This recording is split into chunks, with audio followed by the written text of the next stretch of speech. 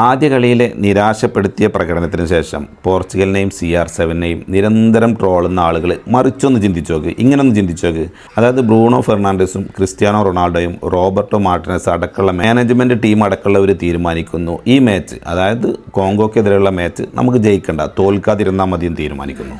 അതുകൊണ്ട് തന്നെ നമുക്ക് ആ കളി കണ്ടാൽ തന്നെ മനസ്സിലാവും. ആദ്യത്തെ ഒരു 10 മിനിറ്റിൽ പോർച്ചുഗൽ നല്ല സൂപ്പർ കളിയായിരുന്നു. എതിർ ടീമിൻ്റെ പോസ്റ്റിൽ നിന്ന് തിരിച്ച് വന്നിട്ടേ അല്ല.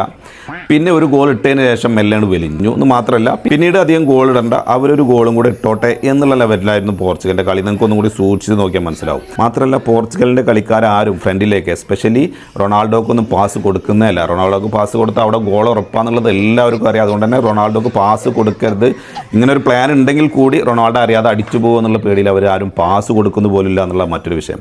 കാരണം എന്താ വെച്ചാൽ, അഥവാ ജയിച്ച് കഴിഞ്ഞിട്ടാണെങ്കിൽ ഗ്രൂപ്പിൽ 1-ാം സ്ഥാനക്കാരാവും. പിന്നെ അർജൻറ്റീന ഇങ്ങനെയുള്ള സെൻറ്റിമെൻറ്റ്സ് ഒന്നുമില്ല, എല്ലാ കളിയും ജയിക്കണം എന്നുള്ള വാശിയാണ്.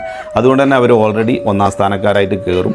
പിന്നീട് ഇവർ ക്വാർട്ടറിൽ ഒരുമിച്ച് മത്സരിക്കേണ്ടി വരും. അതായത് അർജൻറ്റീനയും പോർച്ചുഗലും ഒരുമിച്ച് ക്വാർട്ടറിൽ തന്നെ മത്സരിക്കേണ്ടി വരുമ്പോൾ CR7ൻ്റെ ആഗ്രഹം അവിടെ നടക്കുന്നില്ല. CR7ൻ്റെ ആഗ്രഹം എന്താണെന്ന് വെച്ചാൽ അർജൻറ്റീനനെ ഫൈനലിൽ കിട്ടണം എന്നുള്ളതാണ്. അപ്പോൾ ക്വാർട്ടറിൽ കിട്ടിക്കഴിഞ്ഞാൽ ആ ഒരു ഡിബേറ്റ്, അതായത് ഗോട്ടാര എന്നുള്ള ഒരു ഡിബേറ്റ്, ഈ ക്വാർട്ടറിൽ അഥവാ തോൽപ്പിച്ചാലും അവിടെ ഒരു പ്രസക്തി കിട്ടുന്നില്ല. അതുകൊണ്ട് തന്നെ ഫൈനലിൽ കിട്ടണം എന്നുള്ളതാണ് CR7ൻ്റെ നിരന്തരമായ ആഗ്രഹം. അതാണ് ആ ടീം, പോർച്ചുഗൽ ടീം ഒത്തുണക്കത്തോടു കൂടി CR7 വേണ്ടിയിട്ട് പോർച്ചുഗൽ 2-ാം സ്ഥാനത്തിന് വേണ്ടി മത്സരിക്കുന്നത് എന്നുള്ളതാണ് നിങ്ങൾ ഇതിൽ നിന്ന് മനസ്സിലാക്കേണ്ടത്. മാത്രമല്ല CR7ൻ്റെ ആഗ്രഹപ്രകാരം മെസ്സിയെയും ടീമിനെയും ഫൈനലിൽ, അതായത് അർജൻറ്റീന ഫൈനലിൽ കിട്ടുകയാണെങ്കിൽ 1-1 നിൽക്കുന്ന ഫൈനൽ മത്സരത്തിൽ ഇഞ്ചുറി ടൈമിൽ CR7ൻ്റെ ഗോളിൽ പോർച്ചുഗൽ വിജയിക്കുന്നു, പോർച്ചുഗൽ വേൾഡ് കപ്പിൽ ജേതാക്കളാകുന്നു.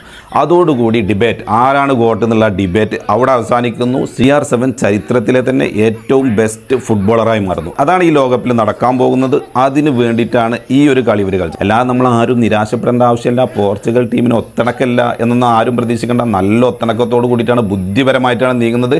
അപ്പോൾ ഇനി ഫൈനലിൽ അർജൻറ്റീനയെ വെച്ച് മുട്ടുമ്പോൾ കാണാം.